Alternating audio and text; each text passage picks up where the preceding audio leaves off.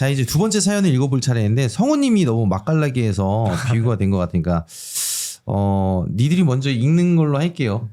네. 네. 예, 찍어주시면 감사하겠습니다. 근데 형님 근데 진짜 저는 서울 어떤 느낌이었냐면 우리가 항상 이거를 어떻게 보면 읽는 게 분량이잖아요. 그날에 편집돼서 들어가는 거니까 항상 선택받고 싶었는데 오늘 처음으로 선택받으면 기분이 좋으면서도 안 좋을 것 같고요. 선택을 못 받으면 기분이 조금 좋을 것 같기도 하고.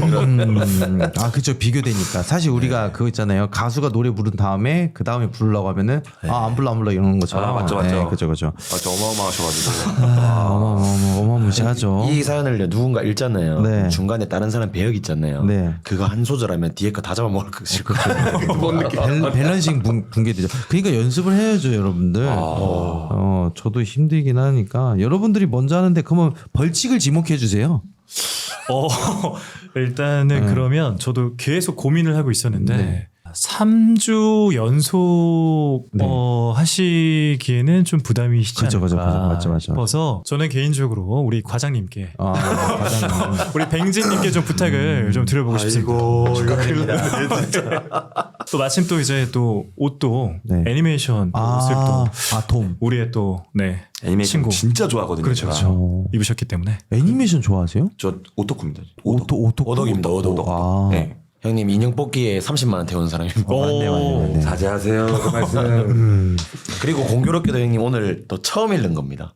따지고 보면 그렇죠. 그러시군요. 라디오를 들어온 지 이제 최근에 들어오셔서. 네네네. 갑자기 긴장 엄청. 영광스러운 첫 사연을 제가 부탁을 좀 드리겠습니다. 감사합니다. 네네. 좋습니다. 처음 읽는 게 어떻게? 자, 그러면 저희가 두 번째 사연을 읽어보도록 할 건데 제목이 다다다다예요. 다다다다. 뭐가 좀 뛰는 소리? 다다다다 막 이런 느낌. 이거 과자 먹을 사람 몇 개 먹을래? 하면 다다다다다다 이럴 수도 있지. 할 수 있죠 형님. 그렇죠. 예예. 형님 맞습니다. 맞잖아. 그쵸 형님. 리액션 해 이 자식. 지금 왜 시연이 형 안 받아주는 거야? 안 받아주는 게 아니야. 이 자리 쉽지 않다. 좋아요. 그러면은 저희가 두 번째 사연 다다다다다 사연을 한번 들어보도록 하겠습니다. 바로 시작해 주세요.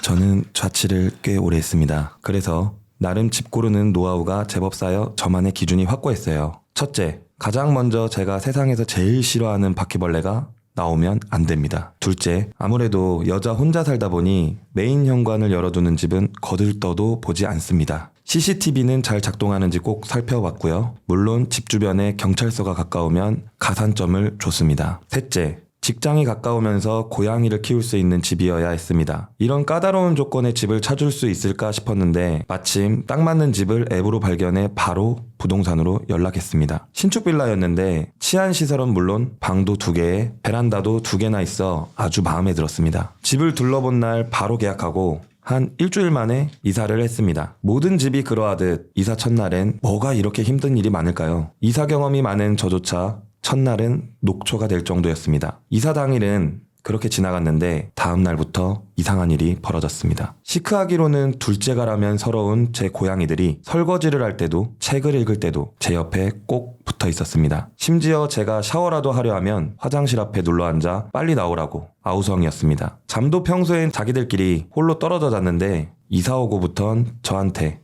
꼭 붙어서 자더라고요. 아직 새 집에 적응하느라 그런가 싶으면서도 내심 드디어 나를 주인으로 인정하는 것 같아 기분이 좋았습니다. 그로부터 얼마 후 잠을 자는데 심한 가위에 눌렸습니다. 몸이 쇳덩이 같고 침대가 마치 자석인 것처럼 옴짝달싹 할 수가 없었습니다. 눈을 뜨면 눈앞에 뭔가 보일 것 같아 눈을 꼭 감고 있는데 거실에서 막 누가 뛰어다니는 소리가 났습니다. 동시에 가위도 풀려 고양이가 뛰어다니는 건가 싶어 고양이를 의심했는데 고양이들은 제 근처에서 저를 한심하다는 듯 바라보고 있었습니다. 거실로 나가봤는데 소리는 천장에서 나는 것 같았습니다. 그런데 그 순간 삐삐삐삐삐삐삐삐 현관문에서 자꾸 비밀번호 틀리는 소리가 나는 겁니다. 긴장한 채로 저는 살금살금 현관문으로 다가갔습니다. 그 순간에도 비밀번호 틀리는 소리는 계속 반복되고 있었습니다. 저는 숨죽이며 월패드로 문 밖을 확인했습니다. 그런데 복도 센서 등은 켜져 있는데 문 밖에 아무도 없는 겁니다. 그 순간 누가 문을 강제로 열려는 듯 문손잡이를 위아래로 자꾸 흔들었습니다. 야! 분명 월패드엔 아무도 없었는데 저는 너무 놀라 주저앉아 비명을 질렀습니다. 그런데 문 밖에서 들리는 소리가 아이고 이거 미안합니다. 정신을 차리고 월패드를 다시 보니 머리를 긁적이며 멋쩍어하는 아저씨 한 분이 서 계셨어요. 사건의 전말은 이러했습니다. 윗집에 사는 아저씨가 술에 취해 충수를 착각하고 자꾸 저희 집 도어락 비밀번호를 입력했던 겁니다. 자꾸 틀리니까 취한 아저씨는 번호를 똑바로 확인하려고 고개를 숙였고 그 사이 제가 엇갈려 월패드를 확인한 것이었죠. 이렇게 우픈 일이 지나고 다음날 윗집 아저씨는 다시 내려와 제게 정식으로 사과하셨습니다. 저도 많이 놀랐지만 고의로 그런 것도 아니고 진심 어린 아저씨의 사과에 웃어 넘겼습니다. 하지만 이와는 별개로 거실에서 들리는 층간소음은 계속됐습니다. 낮에는 그나마 괜찮은데 밤에는 정말 고통스럽습니다. 층간소음이 계속되자 참지 못한 저는 결국 윗집으로 찾아갔습니다. 아저씨 죄송한데 아저씨네 자녀분이 너무 뛰어다녀요. 주의 좀 부탁드립니다. 네? 우리 집은 와이프랑 나밖에 없어요. 예상치 못한 답변에 어리둥절했는데 윗집 아저씨의 말은 사실이었습니다.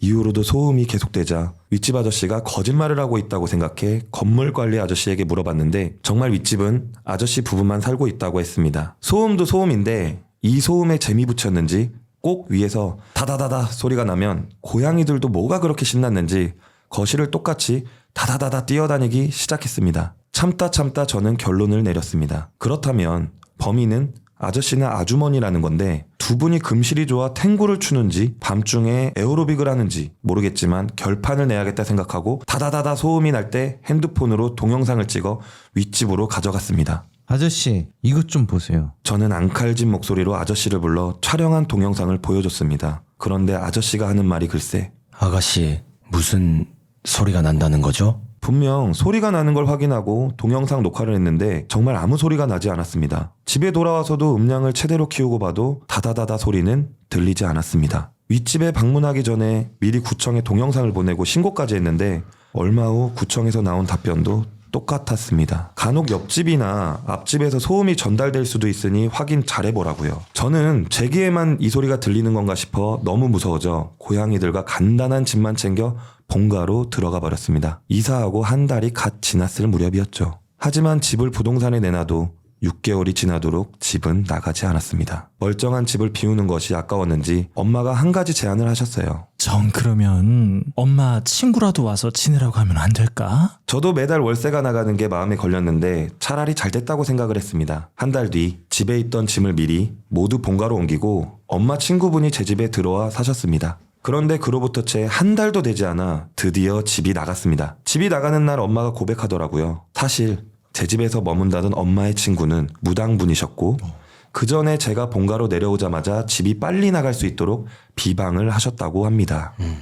이어서 해주는 엄마의 말은 정말 놀라웠습니다. 친구 무당분이 말하기를 거실에 초등학교 5학년 정도 되는 여자아이 귀신이 다다다다 사방팔방 뛰어다니고 있었대요. 나쁜 의도는 없지만 이 꼬마 귀신이 들어온 사람을 잡아두는 성질이 있어서 그렇게 집이 잘 안 나갔다고 합니다. 알고 보니 엄마 친구 무당분도 여기 며칠만 묵었을 뿐 꼬마 귀신을 잘 보내고 바로 원래 계시던 곳으로 돌아가셨다고 합니다. 엄마의 말을 듣고 나니 제가 들었던 소리도 고양이가 그 집 거실에만 있으면 그렇게 뛰어다녔던 것도 다 이해가 갔습니다. 고양이가 귀신을 볼 수 있다는 말을 들은 적이 있는데 이번 기회에 사실일 수도 있겠구나 싶었습니다. 지금 고양이들은 전혀 그렇게 행동을 하지 않거든요. 엄마의 고백을 들은 밤 꿈을 꿨습니다. 제가 거실에 있는데 어떤 모르는 여자아이가 열린 현관문으로 나가려고 했어요. 나가기 전 뒤돌아서 저를 보는데 얼굴은 잘 기억이 안 나지만 아이는 웃고 있었습니다. 저는 그런 여자아이에게 잘 가라고 손을 흔들어줬습니다. 시원님 방송을 보면서도 귀신이 정말 있을까? 의심을 품은 적이 많았는데 이번에 제가 겪은 일과 고양이의 행동을 보면 정말 있구나 싶어요. 그 꼬마 귀신이 어디서 온 누구인지는 잘 모르겠지만 좋은 곳으로 갔으면 좋겠습니다. 좋아요. 혹시 그 층간소음 겪어보신 적 있으세요? 지금 사는 집도 약간 있고요. 사실 지금 집보다도 한 10년 전에 이제 부모님과 함께 살았던 본가가 윗집에 이제 3대가 살았어요. 그러니까 할머니, 할아버지, 아드님의 또 와이프, 아기가 또 6명이 사는데 아기들 당연히 뛰잖아요. 네, 아기들도 뛰는데 또 이제 그 위에 계시는 어르신들은 집 안에서 약간 지팡이 소리도 그러니까 이게 약간 콜라보로 낮과 밤에 끊이지 않으니까 맞죠. 와 너무 괴롭더라고요. 그래가지고 저는 사실 물론 이제 성우가 돼서 독립한 것도 있지만 사실 층간소음 때문에라도 빠르게 서울로 혼자 독립을 하는 계기가 좀 되었었죠. 층간소음 진짜 쉽지 않아요. 저도 한번 겪어봤는데 네. 네. 그 당해보니까 네. 저는 당직기 때문에 제보자님들 집을 가잖아요. 네네네. 그러니까 이제 발망치 그러니까 뒤꿈치 그쵸. 쿵쿵거리는 아. 이걸 굉장히 조심해요. 왜냐면 그 새벽에 쿵쿵거리면 아래층 사람들이 그쵸. 전층이 울려 이게. 층간소음 이게 뭐라 그래야 되지? 예민한 문제잖아요. 그쵸. 건축물을 잘못 지은 걸까요? 저는 그게 맞다고 생각해요. 솔직히. 비싸긴 드럽게 비싼데. 그렇죠. 예. 아니 근데 왜냐면은 그러니까 정말 살살 움직이는 것마저도 동선이 느껴지는 그런 건물들이 있어요. 맞아요. 네. 맞아요. 그러니까 위에 분들이 조심을 하는 게 느껴는 지는데 그래도 쿵쿵대니까 근데 그게 이제 데시벨이 아니라 그 울림 때문에 사실 사람이 그렇죠, 스트레스를 받는 건데 맞죠. 그래서 막 건축 자재 약간 싸게 이상하게 쓴 그런 건축사들 있으면 진짜 반성하세요. 네, 반성해요. 맞아, 맞아야 돼. 우리들이 고통이니까. 그죠. 근데 이게 사연에서 이게 일단은 또 고양이들이 네네. 또 얘기가 나오니까 또 고양이들이더라고요. 네. 두 마리 이상 키우시는 것 같은데 그러니까 그 고양이들이 그 애기 귀신을 봤다라는 거 아니에요? 같이 네, 놀았다는 거 그쵸. 아니에요? 저도 그런 와, 생각을 했습니다. 그게 이번에. 진짜 고양이들이 귀신을 보는 그런 게 있을까요? 이게 사실 고양이가 본다라는 건 아니고요. 네. 고양이가 가끔 멍 때리면서 이렇게 보잖아요. 네네. 초점을 되게 이렇게 자유자재로 할 수 있거든요. 그래서 먼지 보는 거거든요, 사실. 그러다 보니까 할머니들이 저거 또 헛것보네 귀신 본다 저거 이래가지고 이제 오해가 생긴 건데 고양이는 먼지를 보고 있는 겁니다. 이렇게 날아다니는 거. 그래서 귀신을 본다라기보다는 약간 느낀다 정도일 것 같긴 해요. 그럼 강아지가 또 이 이제 사연에서는 네네네네 그렇습니다.